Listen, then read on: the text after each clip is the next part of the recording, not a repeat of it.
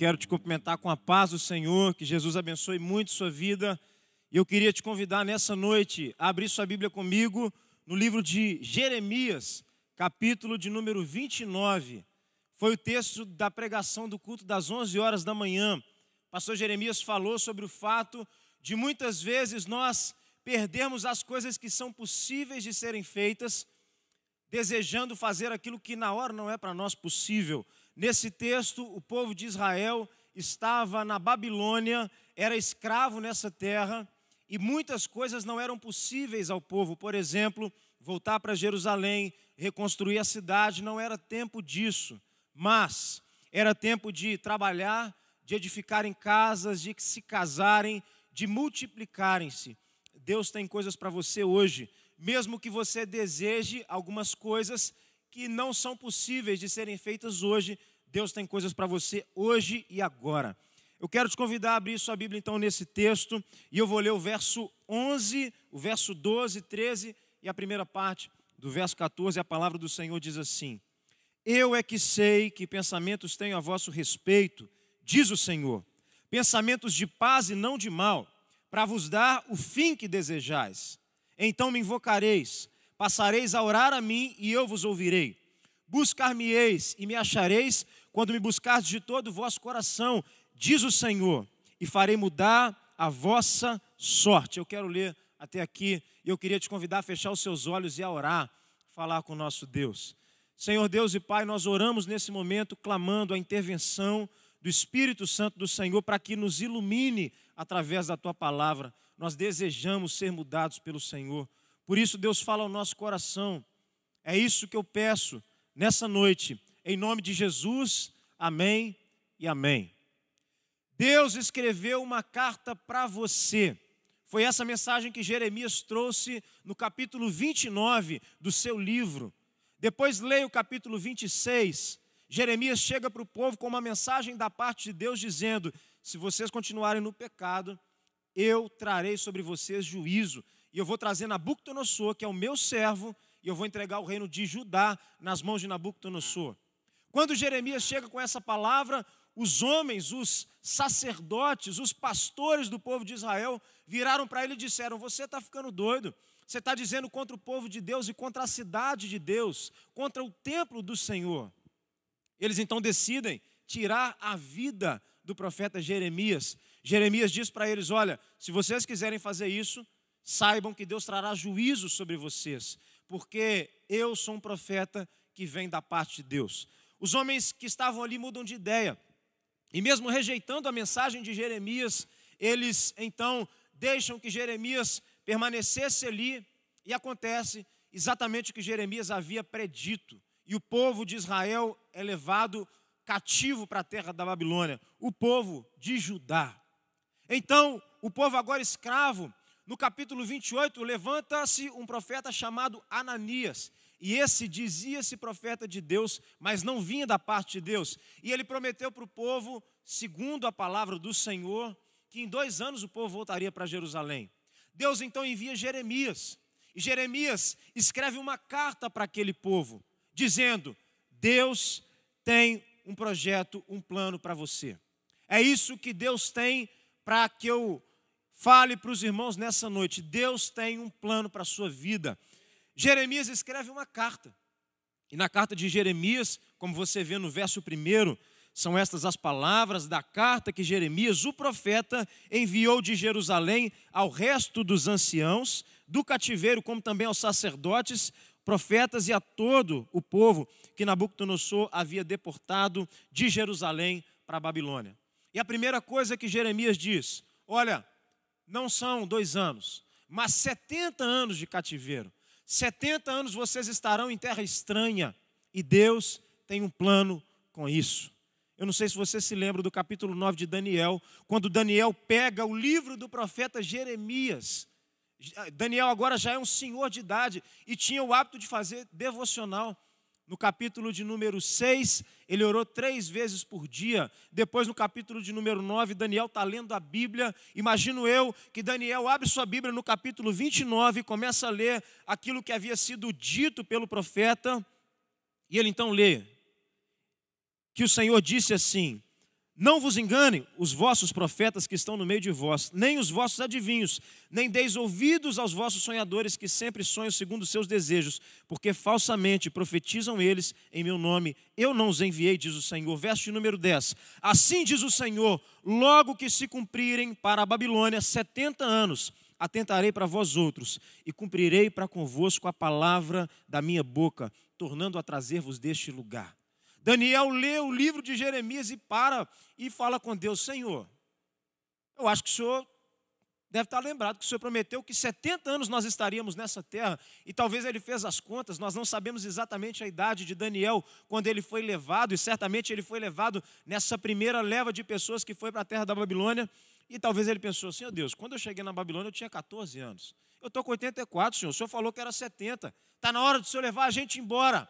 Deus tem um plano para a sua vida. Eu quero então trazer algumas lições à luz desse texto para mim e para você.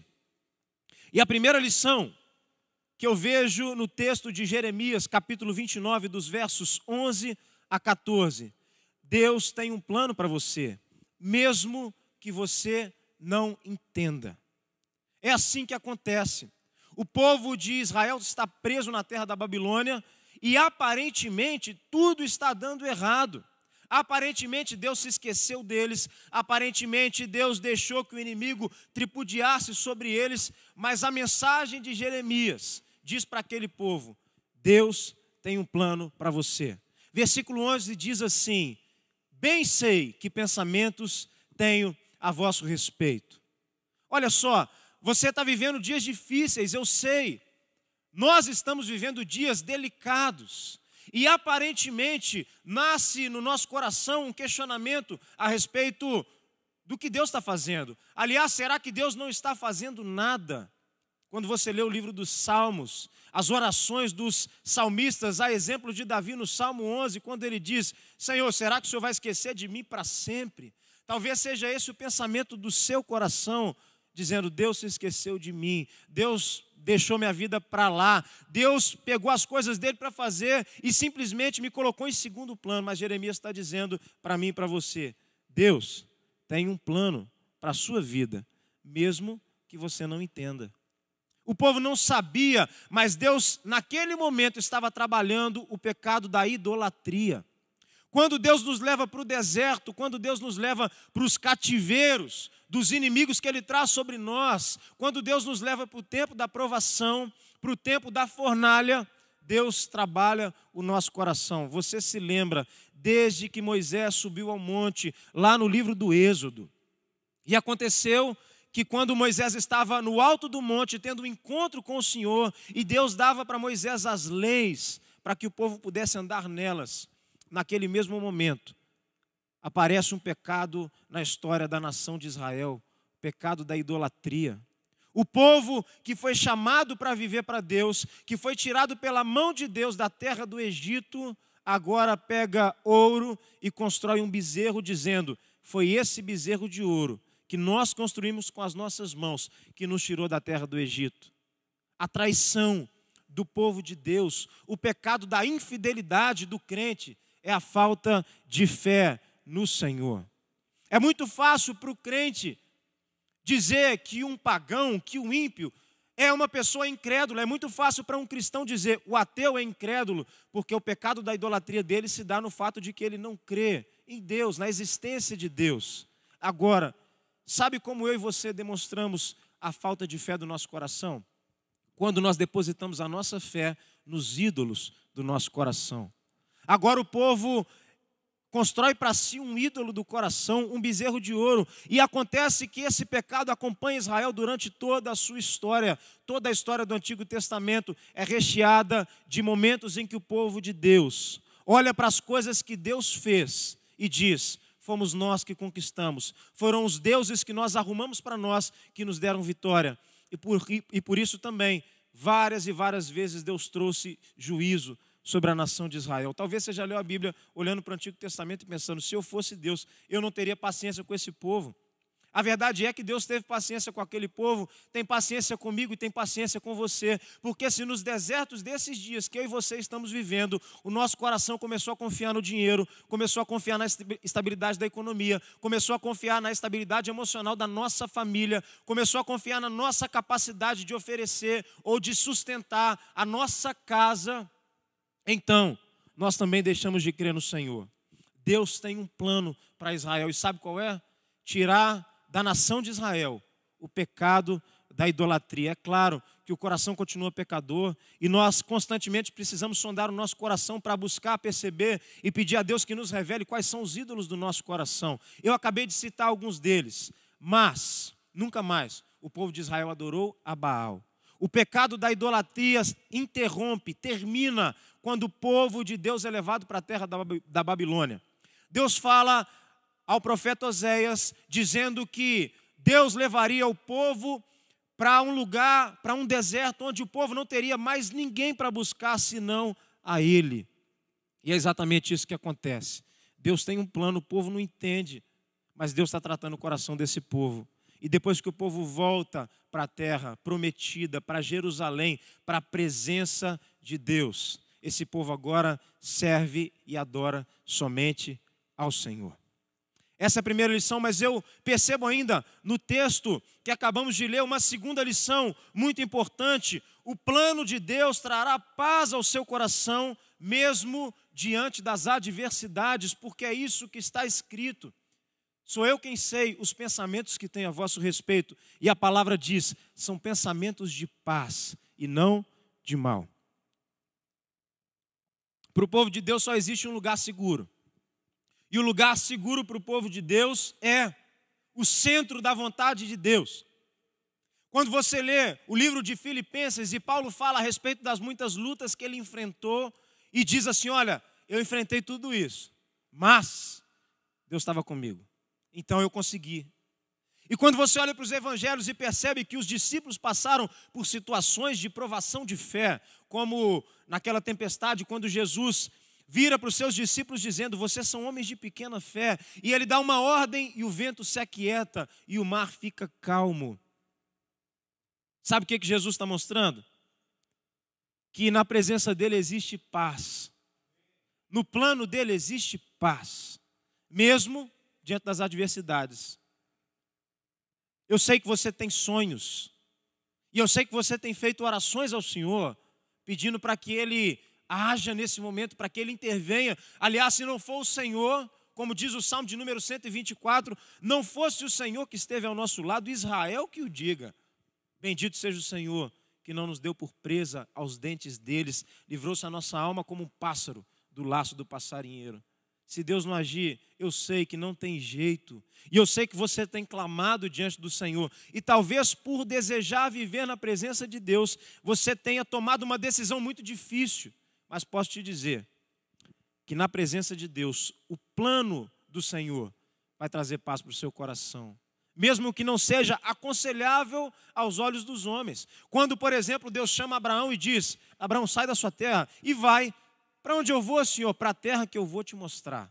Deus faz uma promessa para ele. Eu vou fazer de você uma grande nação. Eu vou te abençoar e eu vou engrandecer o seu nome. Seja uma bênção. Abraão anda. E Abraão anda não como um homem que bota no GPS o destino da sua viagem, sabendo que daqui a 2 dias ou daqui a 3 dias eu vou chegar no lugar que Deus tem para mim. Como seria bom se Deus desse para a gente um mapa, um roteiro dizendo, olha, como ele falou aqui com o povo de Israel, 70 anos vocês vão voltar para Jerusalém. Eu fico imaginando que para Daniel já teria sido difícil pensar, poxa, eu cheguei aqui adolescente e vou voltar para lá idoso. Agora imagina para aqueles que perceberam que morreriam na Babilônia.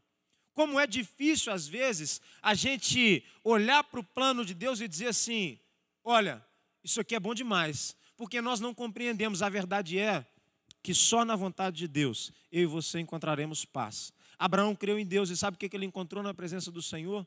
Paz, mesmo sem saber para onde ia e quando chegaria. Talvez você está aí nessa oração sem saber exatamente qual é o próximo passo. Você depende do Senhor para te dizer o próximo passo. eu posso te afirmar que não existe lugar mais seguro para você. Não existe lugar com tamanha paz para você quanto a presença do Senhor Jesus.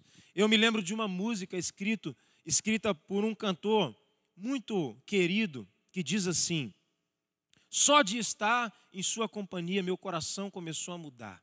Eu passei a crer naquilo que não cria. A tua presença vai me transformar. Gerson Borges escreve essa letra e fala que existe um lugar onde nós temos segurança na companhia do Senhor. Ainda uma outra música que eu me lembro do Asaf Borba diz assim: não há lugar melhor e com tamanha paz. Paz igual eu nunca encontrei jamais. É o lugar do meu prazer, onde todo medo se vai. É o lugar do meu descanso, os braços do meu Pai. Ele escreve essa música num momento delicado. Se eu me lembro bem, ele deu testemunho aqui na igreja, quando a sua esposa estava internada em um centro de tratamento intensivo no hospital, vítima de um assalto. E ela foi alvejada nesse assalto. E ele então escreveu: eu encontrei paz nos braços do meu Pai, nos braços de Jesus. Você podia escrever no chão, centro da vontade de Deus, e fazer um círculo ao redor. E começa a colocar no centro da vontade de Deus, no círculo que você escreveu no chão, tudo aquilo que você sabe de Deus. Já sabe que Deus é e que Deus faz. Então coloca ali: Deus é bom, Deus é fiel, Deus cuida de mim. E você coloca ali: eu preciso andar em santidade, eu preciso conhecer as Escrituras, eu preciso obedecer a palavra do Senhor, eu preciso pregar o Evangelho, eu preciso amar quem me persegue. E já que você não sabe um monte de coisa, começa a colocar dentro desse círculo tudo aquilo que você sabe a respeito de Deus. Ele é eterno, Ele é Criador, Ele é todo-poderoso.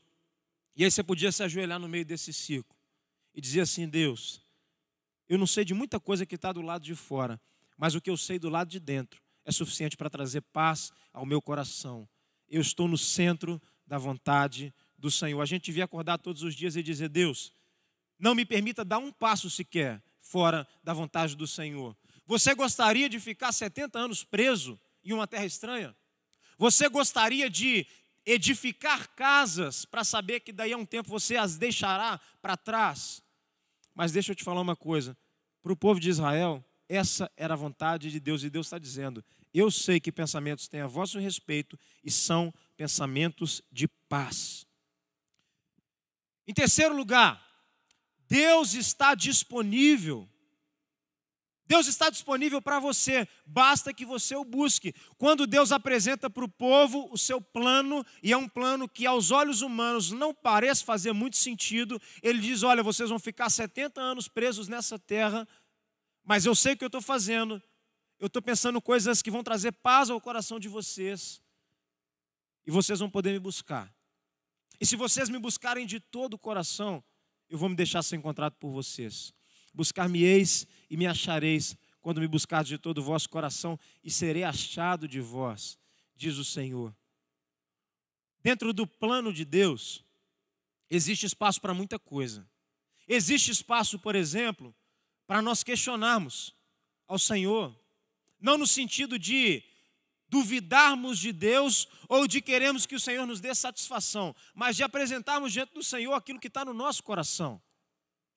Semana passada eu fiz um velório que talvez tenha sido um dos velórios mais difíceis que eu já fiz. Uma menininha de 2 anos de idade, a Bia, que faleceu vítima de um câncer, de um tumor. Eu tinha acompanhado seus pais no hospital, os encontrei, orei com eles, disse a eles que eu cria no poder de Deus para transformar e para curar a Bia. E não aconteceu. E aí eu fui chamado para dar uma palavra no velório. Agora imagine você entrar num velório, um lugar de tanto sofrimento. Porque quando é uma pessoa idosa, a gente sofre.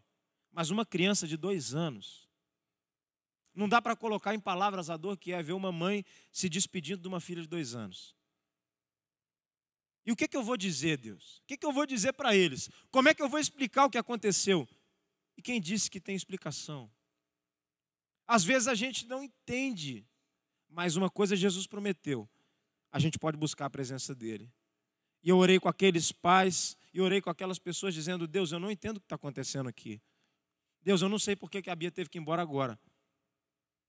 Aos meus olhos eu confesso que seria melhor que o Senhor a curasse. Mas o Senhor é Deus e eu não sou.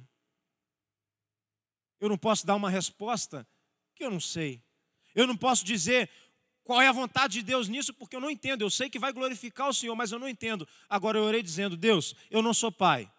O Senhor é pai. O Senhor perdeu um filho também.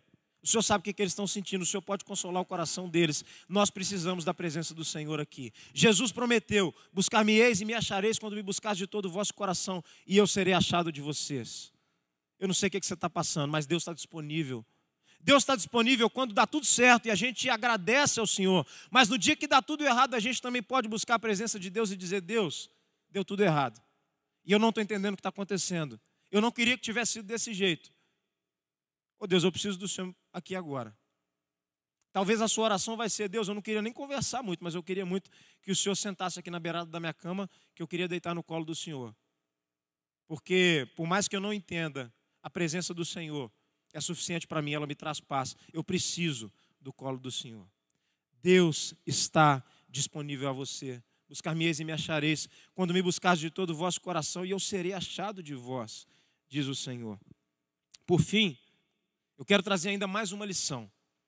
Deus irá restaurar a sua história, e você verá como Ele é bom. Deus vai restaurar a sua história, porque é isso que Ele promete. É isso que Ele promete para o povo de Israel no versículo 14, dizendo: serei achado de vós e farei mudar a vossa sorte. Deus tem uma capacidade inexplicável, soberana, maravilhosa de pegar aquilo que a gente faz de ruim e transformar em coisa boa. Talvez você já tenha pensado assim: nossa, eu tive uma vida sem Deus que me deixou tantas marcas, mas parece até que Deus queria isso para poder me usar depois. Tipo, eu fui bandido e Deus queria isso para que depois eu pudesse ajudar a gente a sair do crime. Não é que Deus queria isso. Talvez haja limitação nossa de explicar com palavras aquilo que Deus faz. Eu não diria que Deus queria que você pecasse antes, porque isso a palavra não diz para nós. Mas eu posso te afirmar que Deus usa as coisas ruins da nossa vida para a honra e glória do seu nome. Olha para a vida de José. Um homem que foi traído pelos seus irmãos ainda jovem, por causa de inveja. E aí ele é levado para uma terra estranha como escravo, e Deus o faz prosperar naquela terra. Mas não só isso, Deus dá a José a compreensão de que não foi por causa da maldade dos seus irmãos que ele tinha sido levado para o Egito. Deus fala para ele: José, fui eu que te trouxe aqui. Porque se eu não te trouxesse aqui, a casa de Jacó ia morrer de fome. E acontece que foi Jacó o homem que eu escolhi para que dele viesse Jesus. Então a linhagem de Jacó é preservada, a linhagem de José é preservada, a história de Israel é preservada, e o povo que foi chamado por Deus para que dele viesse o Salvador é preservado na terra do Egito, mesmo diante da maldade daqueles irmãos. E sabe o que Deus faz com o coração de José? Capacita a perdoar. E aí, depois de um tempo, agora José não é mais o escravo, ele é o governador do Egito. E em um tempo de fome, os irmãos de José são obrigados a irem à terra do Egito para buscar mantimento, porque todo mundo passava fome, apenas o Egito tinha mantimentos, porque Deus tinha revelado a Faraó, através de José, que haveria um tempo de escassez, depois de um tempo de fartura. E José foi o homem encarregado por Faraó de, no tempo de fartura, fazer depósitos de alimentos para que no tempo de escassez o povo não perecesse de fome. As regiões ali ao redor do Egito vêm ao Egito buscar alimento. Os irmãos de José vêm buscar alimento para a casa de Jacó. E quando eles chegam no Egito, o governador do Egito é aquele irmão que na infância eles tinham rejeitado, eles tinham odiado e por inveja tinham vendido como escravo. Eles se prostram diante de José dizendo: tem misericórdia de nós. Porque nessa ocasião, o pai deles já tinha morrido. E eles pensaram: agora José vai se vingar de nós. E José olha para eles e fala: olha, vocês não precisam ter medo de mim. Eu vou cuidar de vocês. Vocês fizeram o que era mal contra mim, mas Deus transformou o mal em bênção.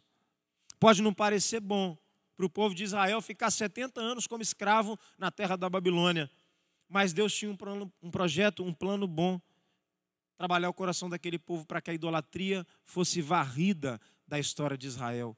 Deus tem planos maravilhosos para as nossas vidas. Deus restaura a sua história. E então você vê como Ele é bom. O nome do Senhor é glorificado. Porque depois de se cumprirem os 70 anos, agora já não é mais Nabucodonosor, o rei, porque Dario, o rei da Síria, tinha tomado o reino da Babilônia, e depois de Dario é levantado um outro rei chamado Ciro.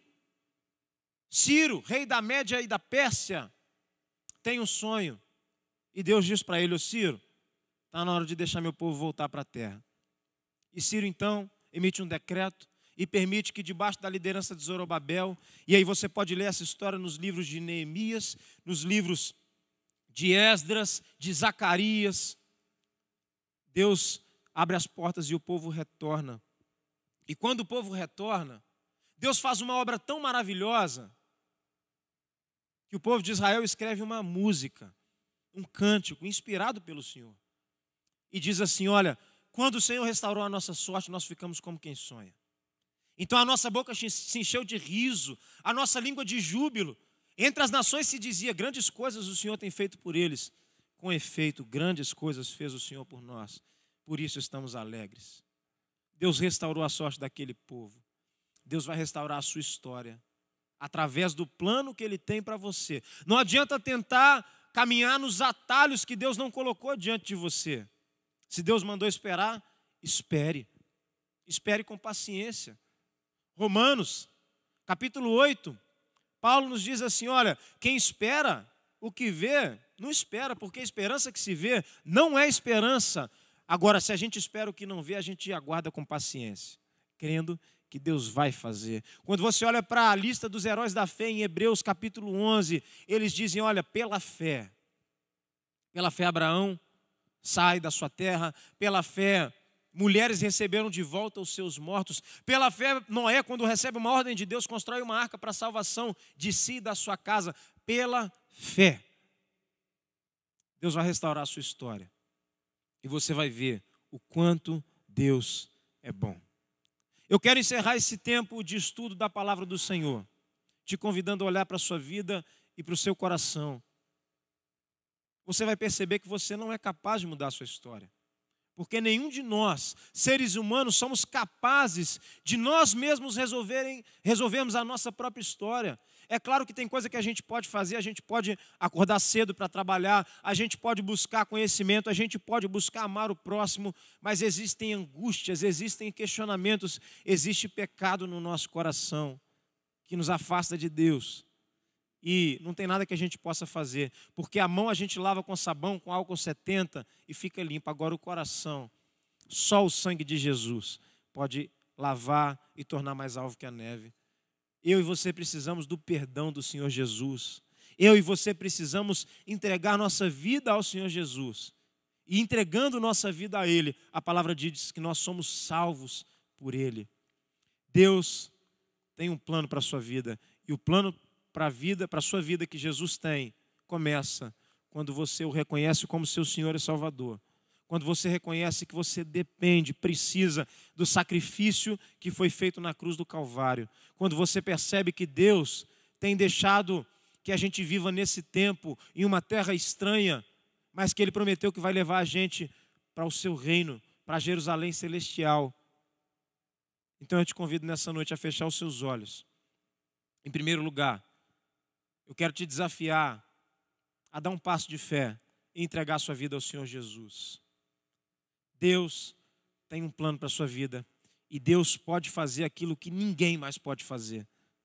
Tem uma frase que diz que Deus é mestre em pegar o limão e fazer dele uma limonada. Um limão azedo, uma limonada doce. Deus pode transformar a sua história. Você precisa clamar pela ação do Senhor Jesus sobre sua vida e sobre seu coração. Talvez você já é crente no Senhor Jesus, mas ainda não deu um passo de fé de ser batizado, de se tornar membro de uma igreja local como a Oitava, e nós queremos te receber. Se você quer entregar sua vida ao Senhor Jesus, se você quer ser batizado no nome do Pai, do Filho e do Espírito Santo, se você quer poder participar da mesa que representa o corpo e o sangue de Jesus, o perdão dos nossos pecados, a salvação da nossa alma, você podia acessar o QR Code que vai ser colocado agora. Nós queremos discipular você, queremos caminhar com você, queremos orar por você, queremos te ensinar a respeito de Jesus Cristo, do Evangelho, da salvação. Talvez você já é do Senhor Jesus, já é até batizado e membro de igreja, mas sua fé esfriou, deixou de ler a palavra, deixou de ter tempo de oração, passou a buscar atalhos, passou a duvidar do plano de Deus. No tempo difícil deixou de clamar a presença do Senhor Jesus. Deus está aqui e Ele te chama nessa noite para que você volte para casa, onde há festa por um pecador que se arrepende. Eu quero orar contigo e depois nós vamos cantar ao Senhor. E eu quero te convidar para esse tempo de adoração. Senhor Deus, mais uma vez nós olhamos para a Tua palavra e temos a nossa fé renovada no Senhor. O nosso desejo é de servir a Ti. O nosso desejo é de termos nas nossas vidas cumpridos os planos do Senhor para nós. O nosso desejo, Deus, mais do que porta de emprego, promoção, carro novo, casa grande, o desejo do nosso coração é estarmos no centro da vontade do Senhor. Como diz o ditado, pouco com Deus é muito, mas muito sem Deus não é nada. A vida para nós está em Ti. Tua palavra diz que em Cristo nós fomos criados, nos movemos e existimos. No Senhor nós fomos transformados, nascemos de novo, de maneira que nós dependemos completamente do Senhor. A gente pode viver sem qualquer coisa, sem dinheiro, sem casamento, sem família, sem paz. Por mais que seja difícil passar por algumas situações, nós podemos passar por todas elas, desde que tenhamos a presença do Senhor. Porque sem a Tua presença, Jesus, a vida não nos vale nada. Como disse o salmista, mais vale para nós um dia na presença do Senhor do que uma vida inteira sem Te conhecer. Então, Deus, toma o nosso coração e nessa noite visita o meu irmão, a minha irmã, esse senhor, essa senhora, esse adolescente, essa criança que assiste agora o culto. E ministra, Deus, uma nova vida. Ministra, Senhor, uma caminhada dentro dos Teus propósitos. Assim nós oramos, em nome de Jesus. Amém e amém. Muito obrigado por estar conosco, assistir esse vídeo. E eu quero lhe pedir duas coisas. Primeiro, dê o seu like, gostei. Segundo, compartilhe esse vídeo. Peça a seus amigos para se inscrever no canal da Oitava. Amém? É bênção para você, para os seus amigos e para nós também. Um abraço, hein?